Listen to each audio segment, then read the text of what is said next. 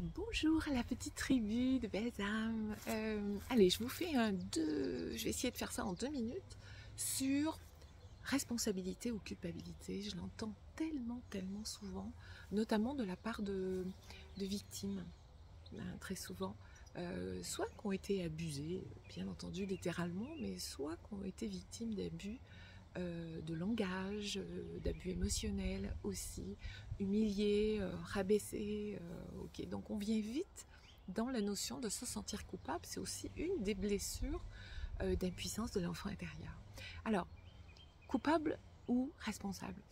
Allez, je vais vous faire un petit topo pour moi assez vite fait sur c'est quoi être responsable, 100% responsable. C'est une posture qui me semble amène à la maturité affective, émotionnelle, psychologique, qui fait que nous sommes en capacité de reconnaître qu'à un moment donné, nous n'avons pas été justes. Pas juste en disant, pas juste en faisant, pas juste en interprétant aussi, ça c'est évident. Et du coup, c'est pas du tout la même chose que d'avoir souhaité quelque chose de pas bien pour l'autre. Voilà. En tout cas, quand on est responsable, 100% là-dessus, eh bien, sur ces notions-là, cette maturité, on est en capacité de ne pas incriminer autrui ou l'extérieur pour des problématiques qui nous arrivent, des ressentis qui sont les nôtres, etc. Être coupable, pour moi, c'est avoir eu à dessein, à un moment donné, de nuire à autrui. Et du coup, c'est pas pareil. Vous voyez bien que c'est complètement différent.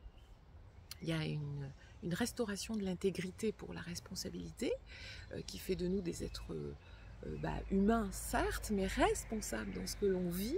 Et du coup, une posture de non-jugement qui vient avec le développement de la bienveillance pour nous, nos erreurs aussi. Hein, voilà, on n'est pas parfait. Et c'est parfait. Ok, donc faites bien la différence. Moi, je vous encourage à faire cette différence entre être responsable ou coupable. Demandez-vous si vous avez eu à dessein de nuire à cette personne ou dans la situation que vous avez traversée, plutôt que de vous incriminer tout de suite, de vous juger sévèrement. D'accord? Allez, faites ce premier pas, puis vous allez voir, ça va changer beaucoup de choses. Je vous fais un gros bisou, puis je vous dis à bientôt.